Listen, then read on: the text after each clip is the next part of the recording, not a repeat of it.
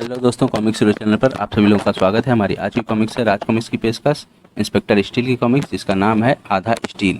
तो चलिए दोस्तों, इसका पार्ट 1 हम शुरू करते हैं। संजय गुप्ता करते हैं आधा स्टील इंस्पेक्टर स्टील सीरीज। लेखक हनीफ अजहर, चित्र नरेश कुमार, जसवंत सिंह नाहर, संपादक मनीष गुप्ता। हा हा हा हा, देखा टाइगर, हमारे सहयोग से तुम्हारे साथी चीता और जगुआर कितनी आसानी से मंत्रियों को मारने में सफल हो गए, जिन तक पहुंचना नामुमकिन था वे भी मरेंगे टाइगर। और सचमुच, लेकिन अभी हमारा ऑपरेशन पूरा नहीं हुआ है। अभी 3 मंत्री और बचे हैं। उन्हें मारने के बाद ही हमें 10 करोड़ मिलेंगे, जिनमें से आधे मेरे और आधे तुम्हारे होंगे। वे भी मरेंगे टाइगर, और आज ही मरेंगे। वैन आ रही है और आज तो उसमें ड्राइवर के अलावा कोई नहीं है। मेरा काम और आसान हो गया। ठीक उस शख्स के सामने पहुंचकर वैन के ब्रेक चरमराए और वैन एक झटके से रुक गई। क्रींच। इसी के साथ उस शख्स के हाथ तेजी से हरकत में आए। मासा सोगा के सम्मोहन में फंसने में इसे ज्यादा देर नहीं लगेगी। कुछ पलों बाद ही मासा सोगा नामक उस शख्स के कंठ से हिसहिसाती आवाज गूंजी। अब तुम मेरे सम्मोहन में हो। मैं तुम्हें आदेश देता हूँ, नीचे उतरो। अब ये पूरी तरह मेरे सम्मोहन में फंस चुका है। सपोलो को बाहर निकलने का आदेश देने का समय है। हिस। दूसरे ही पल, चलो जल्दी करो, वैन में रखे सारे खाने में विष उगलकर उसे जहरीला कर दो। मानो भूत की तरह झाड़ियों में से निकलकर विषधर गिरोह के सदस्य सड़क पर पहुंचे। आओ। हिस हिस। वैन की तरफ बढ़ गए। विषधर गिरोहों के सपोलों के कदमों से वह कड़कती आवाज बेड़ियां बनकर लिपटती चली गई। ठहरो, जो तुमने पिछली बार किया वह इस बार नहीं कर पाओगे इंस्पेक्टर स्टील, क्योंकि इस बार तुम्हें वैसा करने से रोकेगा इंस्पेक्टर स्टील। हिस हिस।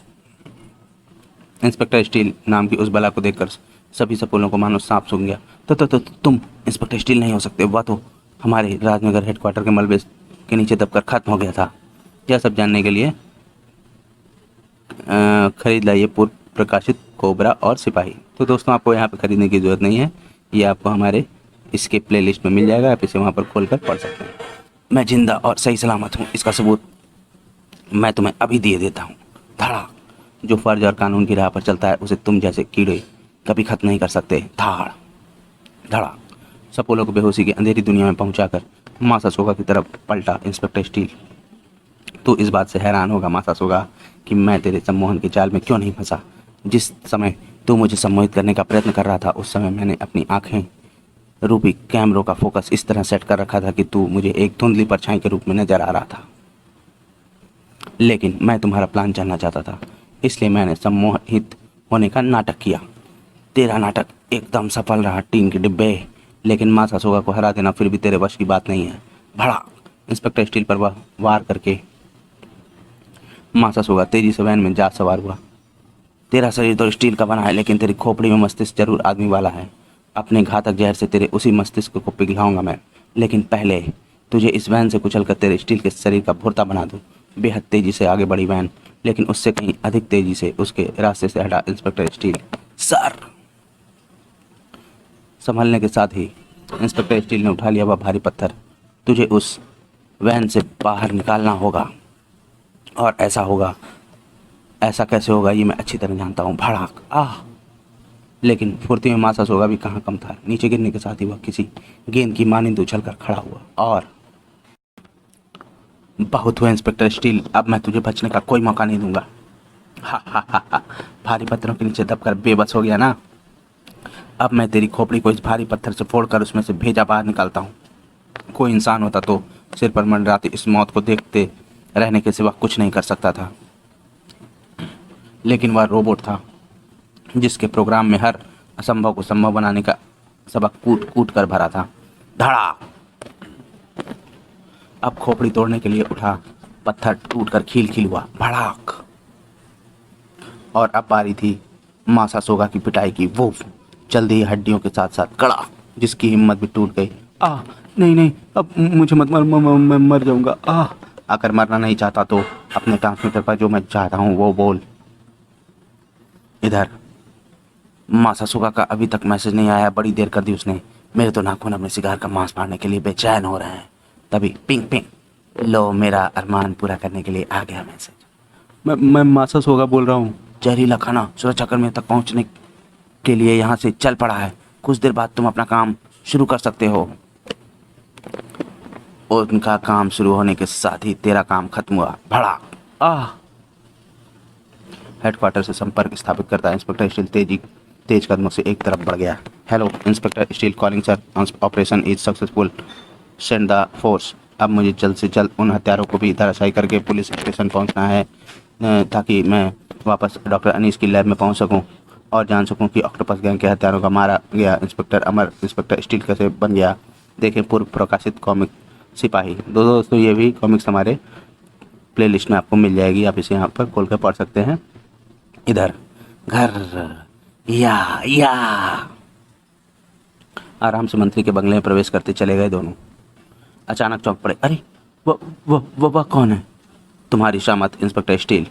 इंस्पेक्टर स्टील को देखते ही चीता और जगुआर को स्थिति समझते ज़्यादा देने लगी। धोखा, हमारे साथ धोखा हुआ है।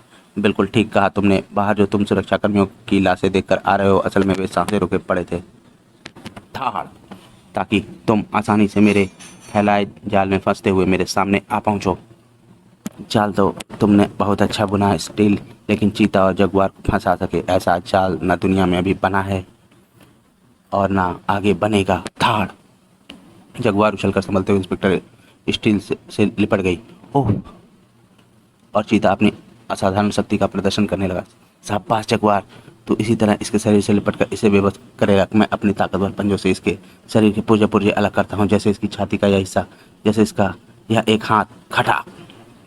ओह, अब तक इन्होंने मेरे इस सिद्धांत का गलत फ़ायदा उठाया कि मैं किसी स्थिति पर हाथ नहीं उठाऊंगा। लेकिन हाथ क्यों उठाना है? मुझे तो इसे अपने शरीर से अलग करना है। खटाक भड़ाक। और यह काम मैं इस तरह करूं तो ज़्यादा अच्छा रहेगा। उस भीषण टकराव से जगुआर तो अपने होश खो बैठी और चीता धड़ा। अब इंस्पेक्टर स्टील के शरीर तक नहीं पहुंच पाएंगे तेरे ये गंदे नाखून। धड़ाक। आई। एक हाथ अब दूसरे हाथ से मिल जाए तो उसका ये घातक परिणाम निकलता ही है। जगुआर तो बेहोश हो चुकी है।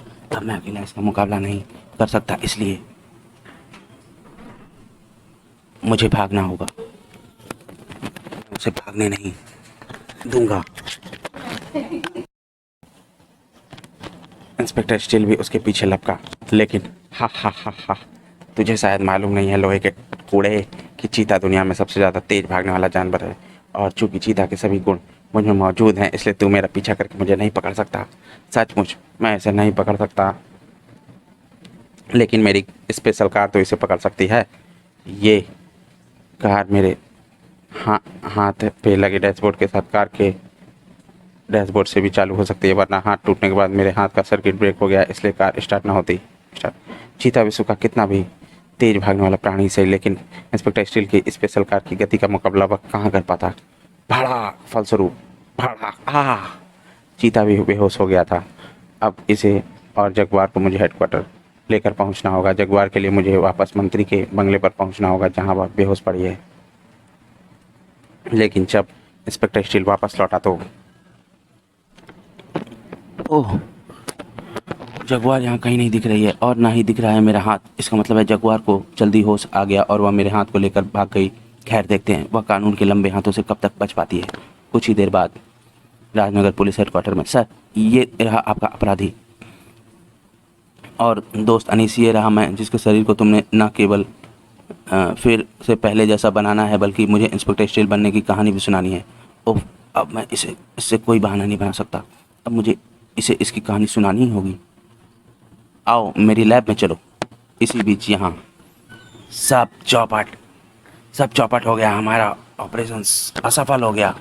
अब हमें 10 करोड़ क्या 10 पैसे भी नहीं मिलने वाले, और ये सब हुआ इंस्पेक्टर स्टील की वजह से। सीना ठोककर जिसे तुम मार चुकने का दावा कर रहे थे, वह जिंदा कैसे बच गया? मिम्बोसा, वह जिंदा कैसे बच गया? उसके जिंदा बच जाने से मैं खुद हैरान हूँ टाइगर। लेकिन चिंता नहीं टाइगर, चिंता नहीं। मैं अपनी इस हार का ऐसा प्रतिशोध लूंगा जिसकी चपेट में आकर इस शहर का एक एक सिपाही मारा जाएगा। मिम्बोसा की वह जहरीली फुंकार टाइगर जैसे शख्स को भी कंपाती चली गई थी। जबकि यहाँ डॉक्टर अनीस की लैब में क्या हुआ दोस्त? तुम कुछ गुमसुम से हो गए, जबकि तुम यहाँ लाकर मुझे मेरे इंस्पेक्टर स्टील बनने की कहानी सुनाने वाले थे। वो हाँ, मैं सुनाता हूँ तुम्हें, सुनो। सड़क का सीना रौंदती और सायरन बजाती उन पुलिस जिप्सियों के ब्रेक शहर से बाहर स्थित स्टील फैक्ट्री के सामने चिंगाड़ उठे। टीच। तेजी से अपनी जिप्सी से बाहर निकले कमिश्नर गुप्ता चीख ही पड़े, पूरी स्टील फैक्ट्री को घेरे में ले लो, कोई यहाँ से बचकर नहीं जाना चाहिए।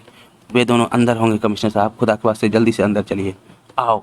बड़ी रिक्वेस्ट करने के बाद कमिश्नर साहब मुझे अपने साथ यहाँ लाने के लिए राजी हुए हैं। डॉक्टर अनीस और बहुत से पुलिसकर्मियों के साथ कमिश्नर अंदर की तरफ भाग खड़े हुए। तो दोस्तों, हमारा इंस्पेक्टर स्टील का आधा स्टील का पार्ट 1 यहीं पर समाप्त होता है और मिलते हैं इसके पार्ट 2 में, जिसका लिंक आपको इसके डिस्क्रिप्शन में दिया जाएगा। इसे आप वहां पर खोलकर पढ़ सकते हैं। मिलते हैं अगली कॉमिक्स में। आपको ये कॉमिक्स कैसी लगी हमें ज़रूर बताएं और हमारे चैनल को सब्सक्राइब करना ना भूलें। धन्यवाद।